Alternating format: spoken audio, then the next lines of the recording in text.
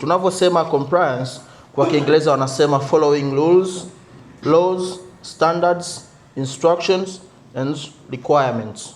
Kwa Kiswahili manake ni uzingatiaji, ufuatiliaji, kuzingatia sheria na maelekezo. Kwa hiyo manake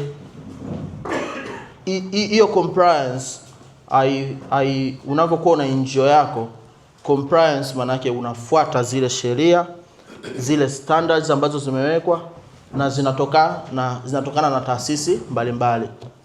Kwa mfano hapa tumefanya mafunzo, tumeanza na zimamoto. Manake kila walichokuwa wamekisema ndugu zetu wa zimamoto ni lazima comply na kile ambacho wamekisema ili kuwe na usalama kwenye nini? Kwenye ofisi zetu.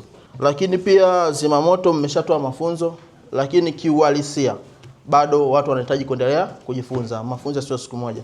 Nyinyi kama taasisi mnaweza mkaandaa hata mafunzo, mkawaita watu wetu wa NGOs, mkawaelekeza baadhi ya mambo hivyo. Kwa baada ya kusema hayo, mimi nashukuru sana.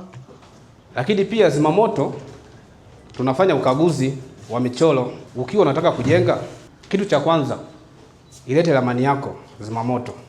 Tutakushauri kitaalamu ujenge vipi. Sasa katika hapo ujenzi manake tunaangalia vitu mbalimbali.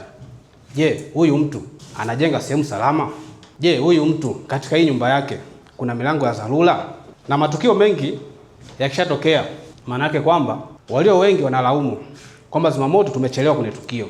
Lakini huyu mtu kajenga nyumba hakuna mlango wa dharura wala dirisha la nini? Dharura.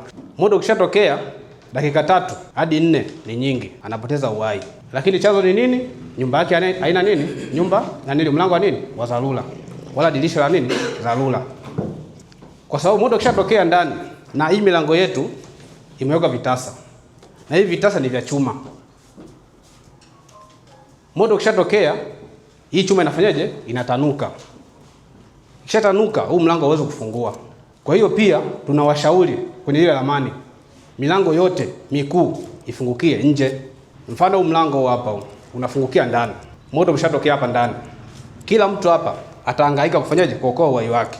Unafikiri tutaweza kufungua pale? Hatutaweza. Kwa nini?